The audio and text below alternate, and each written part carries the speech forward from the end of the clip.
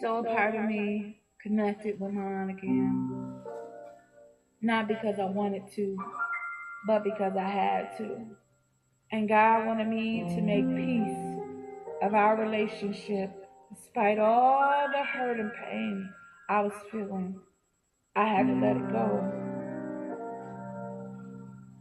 So my aunt,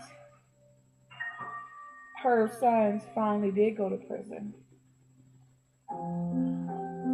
Her sons went to prison, and so were her husbands. They went to prison.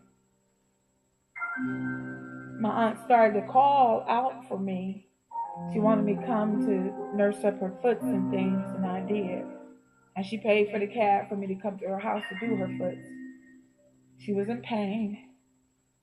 Her feet were hurt, and she would tell me because she took care of my granny's business, she would tell me, how stressful it was and how stubborn your granny is and how sometimes, you don't know what to do because, granny has a mean spirit and stuff. And I said, yeah, I understand. Because I had bad days with my granny too, you know. It was just hard all the way around.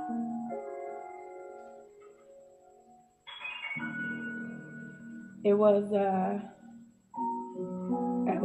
it was just a massive way of dealing with it for me. Like I had to deal with it in big old chunks at a time. But I did it. I did it and it hurt. But I did it. And I had to push past all my pains. And I had to push past all my thinking, wrong or right. And I did with a smile on my face. I made sure I cared for her feet.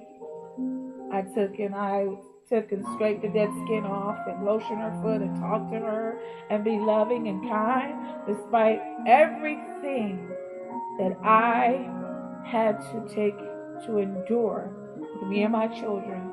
The same woman that called my children liars and called me a liar, she needed me. And I had to be there at her beck and call. And I was. She had so much pressure on her. She had just had a heart surgery and stuff, and I felt even bad even more because of that. She had a heart surgery, and she needed people. I wasn't there initially after her surgery, but a year later I was. So, I was there on her every waking call. I was there. Usually it was on a weekend. I'd take a cab over there. She didn't have her husband anymore. He was in prison. Her sons was in prison. There was a lot of pressure on her. She had to send them all three monies on their books and stuff. It was draining her financially. It was draining her emotionally. She talked to me. I was her outlet, and I was there. And I made sure I sat there, and I made sure I listened. I made sure I was caring. I made sure I was loving. All of this. All of it. Because at one time, she had been that for me when I was a little girl. So I said, yeah, I can do this. Because honestly, I still loved her. I still loved her. So I put aside all of that. And I looked at God. And I looked down at myself. I said, I got to do this because this is the right thing to do. And because God wants me to do it, and I'm going to do it. So I did. Okay. She, before her husband got locked up, my mom and everybody else, my mom wasn't around at the time. But my mom had got back in town. Yes, she did. She had got back in time or whatever. But anyways, my aunt was changing. She was becoming more like him every day. She was becoming more like her husband James every day. Wicked and evil. Funny acting. Thinking that, I learned that the gifts that I used to give her and take to her, she never wore them. She never took them. She sat them in a box to the side to give them away to the Goodwill. She started to act sedity as if she was rich or whatever.